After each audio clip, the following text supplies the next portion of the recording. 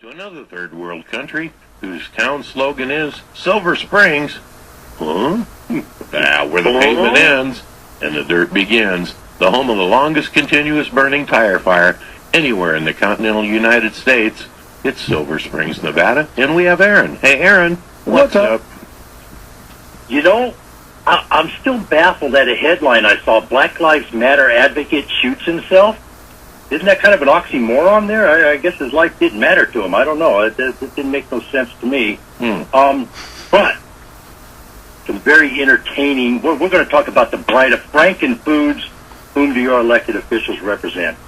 I ran across some numbers this morning. I think it's kind of important that people get a grasp on these numbers.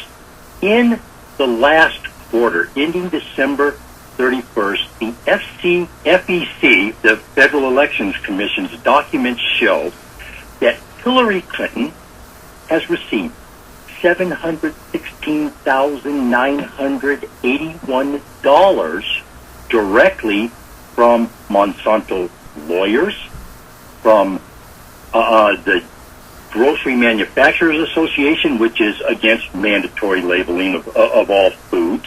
And when you put that number in a little perspective there, that's more than all the third world countries' gross national products combined for the last 10 years. I mean, that is a massive amount of money for one quarter. And something else I ran across here this morning, which is something that Dennis, every time we do discuss this is something that Dennis brings up, and I say too. A lady by the name of Ella Tivan, she is part of she's an organizer for the Washington, D.C. Food and Water Watch organization. But this is what she had to say.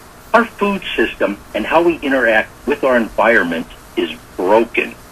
Instead of serving people, profit is served, we need to fix our food system.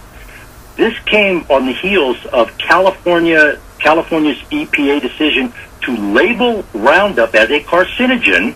And then, of course, what does Monsanto do? Monsanto files a lawsuit against them. And this is what I don't get on the lawsuit, or what the basis is.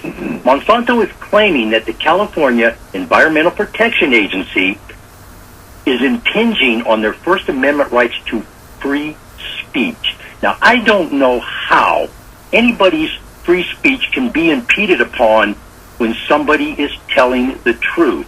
An element in our environment doesn't get put on a carcinogen list unless there's a lot of study go on, unless there's a lot of everything going on. So what this gal Ella has said, we need to get involved in grassroots actions and push not for just food system, but become active participants in democracy. And we need to educate people so they quit buying the products. It's just, and that is what has to happen. And along this, one of the biggest food suppliers in our nation has said this, and this has put a serious chink in Monsanto's armor and the grocery manufacturers' argument that labeling GMO, putting GMO food labeling out there is going to be cost prohibitive. Campbell Soup Company said it supports the enactment of federal legislation for a single mandatory labeling standard for genetically modified foods. The company said printing a clear and simple statement on the label is the best solution for consumers and for Campbell. Its prices will not increase as a result of labeling. So there you have it, folks, a major food company, and I don't think anybody can argue. Campbell Soup, I think there's only one other out there, Progresso. I don't know of any other soups out there. But, I mean, Campbell Soup has been an institution in my life. They're saying, hey, we're not going to raise our prices because people want to know what's in our food. That is very contradictory to what the argument in the courts are. Oh, this is cost prohibitive. And again, we had our president go back on his word by signing the Trans-Pacific Partnership Act on this issue. And of course, Mark Amadei lost all my respect when he signed H.R. 1599. 90% of the people in this area don't want that bill to pass.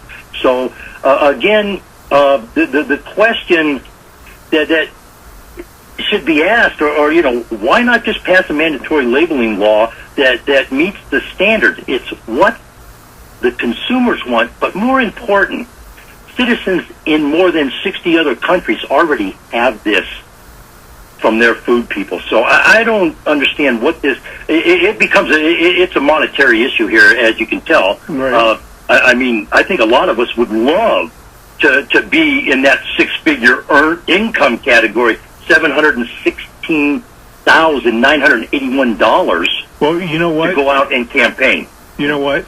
Their money might be wasted because it looks like Sanders is coming on. Yeah. Wow. It might be. Well, you know what? Let's put Bernie Sanders in perspective for just a minute. I think I'd be ashamed of him if he didn't win and blow Hillary out of the water in his own backyard. Let's be real. New Hampshire's right next door to Vermont, for crying out loud. He had to win up there, or he probably would have been done. Yeah, that won't happen in South Carolina. I don't think so either. I hope he continues on. You know. You know what? As far as that goes, I kind of got to lean a little towards him. As I said, Mrs. Clinton, she's the bride of Frankenfoods, so she can get on the boat and go down the river. I really don't care, but she needs to get out of Washington D.C. because I just don't think that's a good fit for this country. You know, I've said this before, and I'm going to say it again. If you don't like something, if you're listening out there and you don't like it, you don't want the GMO products in your food, don't buy those foods. I mean, it's as simple as that.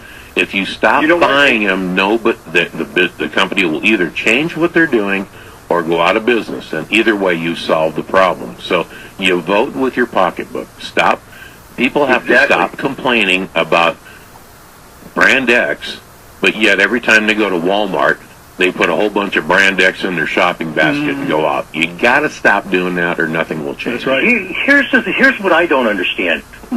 You have a company like Campbell Soup that just say, hey, look, we're going to do this. How long is it going to be before everybody follows suit? I mean, if you're not ashamed of what you're putting in your product, put it on the label. If you're scared of what you're putting in your product, there's a reason you're scared of putting something on that label. So, you know what? The outfits that don't want proper food labeling, there's no questions in my mind. They're GMOing you. That's like GMO the tobacco products in their product. That's like the tobacco company saying they didn't want the Surgeon General's warning on cigarette packs. You know? Yeah. Because it'll cost them money. Yeah, it didn't affect anything. It didn't affect anything. So. You know, I saw a study, something about, I don't know what company it was, but it was about putting a label on, and all they had to do was program in the computer the label, and they calculated out that after I forget how many 100,000 products or labels that would have been done, it would have cost them one extra, whatever it is, gallon of ink or toner or whatever it is they put in those machines. But it was very minimal. I mean, it was literally less than a penny a can. So, you know, you hit on something right there, Dennis, that I don't think a lot of people truly understand.